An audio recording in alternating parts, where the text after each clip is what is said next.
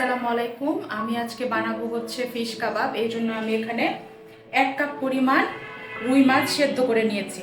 হ্যাঁ, 1 কাপ পরিমাণ সেদ্ধ করে আগেই নিয়েছি, এটা দেখানোর কিছু নেই এই জন্য। আর আমি এখানে এই মাছের সাথে মেশানোর জন্য আমি এখানে কিছু জিনিস রেখেছি, সেটা হচ্ছে টমেটো কেচাপ, সাদা গোলমরিচের গুঁড়া, আদা, রসুন, একটু কাসুন্দি, সয়া সস, লাল মরিচের গুঁড়া, আর এখানে হচ্ছে ধনেপাতা, কাঁচা মরিচ, জিরা গুঁড়া। আর আমি যেটা হচ্ছে মিশাবো, এটা হচ্ছে এখানে একটু বুটের ডাল আমি একটু সেদ্ধ করে বেটে নিয়েছি, আর ভাজার জন্য তেল আছে। আর এখানে পেঁয়াজ, আর আমি অল্প একটু পাউরুটি এটা পানি দিয়ে ভিজিয়ে নিয়েছি, এটা যেন বন্ডিংটা ভালো হয় এই জন্য আমি এটা ব্যবহার করব। আচ্ছা, আমি এখানে মাছটা দিয়ে দিচ্ছি। মাছটা দিয়ে দিচ্ছি।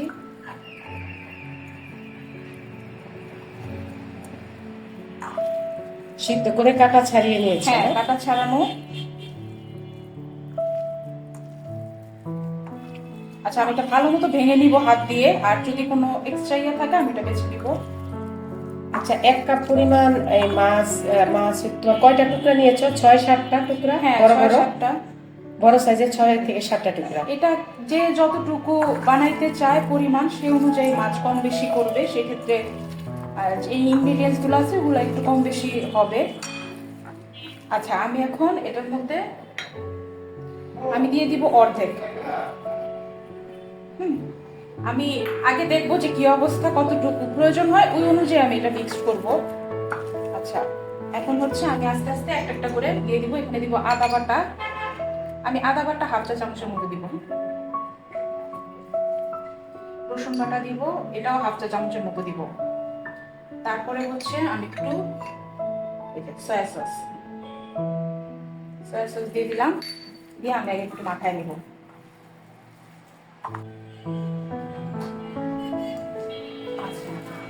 আমি এখানে কাসুন্দি নিয়েছি 1 চা চামচের মতো, আমি এটা পুরোটাই হাত দিয়ে দিয়ে দিচ্ছি।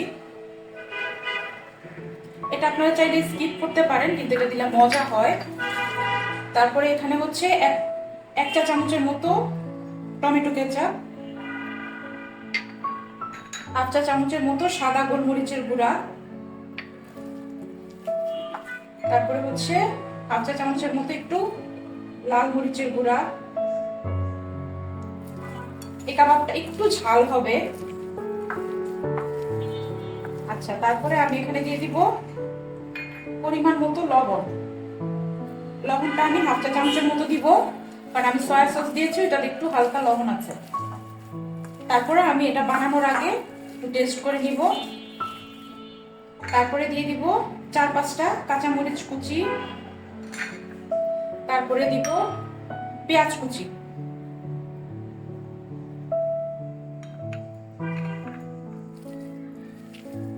পেঁয়াজ এখানে কি বড় একটা নিয়েছো না আর একটু বেশি? হ্যাঁ, বড় একটা নিয়েছি। আর আমি এটা পুরোটা মাখানোর পরে আমি যদি মনে হয় যে এটাতে একটু মানে কাবাবটা বন্ডিং হইতে একটু ঝামেলা হচ্ছে, ওই ক্ষেত্রে আমি এখানে এক্সট্রা যে পাউরুটি নিয়ে নিছি, একটু পানি দিয়ে ভিজা, আমি ওইটা মিক্স করে দিব। এতে কাবাবটা এক্সট্রা একটা টেস্টও হবে, আবার এটা খুব সুন্দর হবে। এটাকে আমি কাবাবের সাইজটা দেওয়া যাবে। আচ্ছা, এখন আমি এটার মধ্যে ধনেপাতা কুচি আর হচ্ছে সামান্য জিরা গুঁড়া হাফ চা চামচের মতো, হ্যাঁ আমি দিয়ে দিলাম। আমার আন্দাজ মতোই, হাফ চা চামচের মতোই আছে। তা আমার কাছে মনে হচ্ছে যে আমি 1 স্লাইসের মতো আমার একটু পাউরুটি মিশাইলে ভালো হয়। আর সবার শেষে আমি লবণটা টেস্ট করব। আমি হ্যাঁ, এখানে পাউরুটিটা দিয়ে দাও, হ্যাঁ আমি দিয়ে দিচ্ছি। টেস্টটাও ভালো আসবে। হ্যাঁ, আমি এখানে আচ্ছা, এই যে আমি সাইডটা ফেলে দিয়ে শুধু মাঝখানেরটা নিব। হ্যাঁ, আমি সাইডটা ব্যবহার করব না।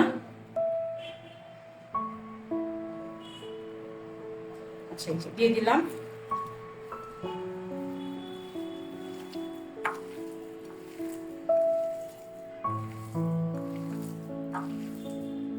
আমি এখন এটা ভালো মতো মেখে নিব।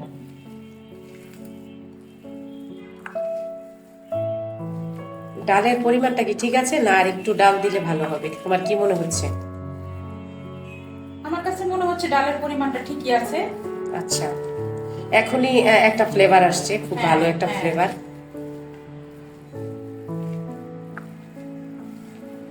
আচ্ছা, খুব ভালো মতো আমরা এটা মেখে তারপর আমরা এটা ভাজার জন্য রেডি করব।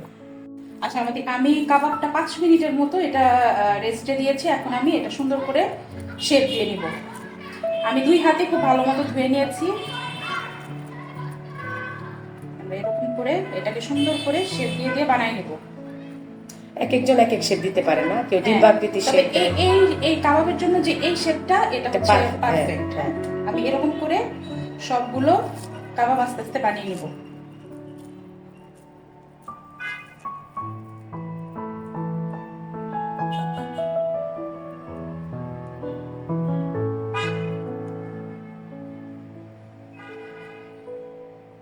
সবগুলো এক সমান থাকবে এরকম করে, বেশি সময় লাগবে না। আচ্ছা আমি এখানে সবগুলা কাবাব সুন্দর করে শেপ দিয়ে নিয়েছি। এখন এগুলো ভাজার জন্য রেডি। আপনারা চাইলে এটা হচ্ছে 10 মিনিটের জন্য ডিপ ফ্রিজে রেখে দিতে পারেন। তো আমার মনে হয় 10 মিনিট ডিপ ফ্রিজে রেখে দিলে এটা খুব ভালো সেট হয়ে যাবে, সেক্ষেত্রে আপনাদের ভাজতে খুব ইজি হবে। আর এটা তো ফ্রিজে অনেকদিন রাখাও যাবে, হ্যাঁ, তাই না? এটা আপনারা এরকম করে স্টোর করে রেখে দিতে পারেন। প্রয়োজন অনুযায়ী আপনারা নামিয়ে ডিরেক্ট ভেজে ফেললেই হবে। আমি 10 মিনিটের জন্য একটু ডিপ ফ্রিজে এটা আমি সেট করার জন্য রেখে দিয়েছিলাম। এখন আমি এটা নামাইছি, এখন আমি ভাজবো। আচ্ছা আমি এটা সয়াবিন তেল দিয়ে ভাজবো। আমি এখানে একটা ফ্রাই প্যান নিয়েছি। আমি ফ্রাই প্যানটা একটু ভালো মতো গরম করে তারপর এটাতে তেল দিব। আচ্ছা আমার প্যানটা গরম হয়ে গেছে। আমি এখানে ভাজার জন্য তেল দিব। খুব বেশি তেলও না, আবার খুব কম তেলও না, যেন কাবাবটা একটু তেলের মধ্যে ডুবে, এই পরিমাণে আমি তেল দিয়ে নিলাম। এখন এটা গরম করে নিব খুব ভালো মতো। আচ্ছা তেলটা গরম হয়ে গেছে। আমি আঁচটা হচ্ছে মিডিয়াম আঁচে রেখেছি। এখন আমি মিডিয়াম আঁচে এটা ভাজবো। আমি একটা একটা করে খুব আস্তে আস্তে দিয়ে দিব।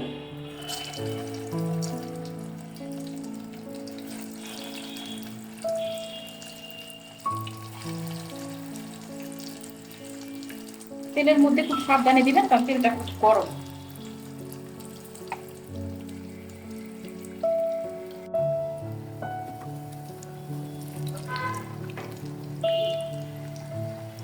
আমি হালকা একটু নাড়িয়ে দিলাম যেন নিচে না লাগে। এটা খুব বেশি নাড়াচাড়া করা যাবে না, যেন নিচে তলাতে না লাগে। আমি একটু জাস্ট নাড়াই দিব। এভাবে হালকা হাতে ভেজে নেব।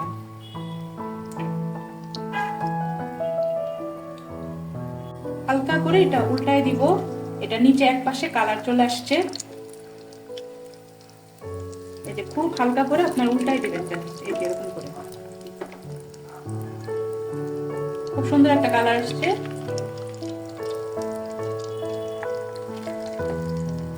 উল্টাই দিলাম। খুব অল্প আছে, আমি এখন পুরাটা ভেজে নিব।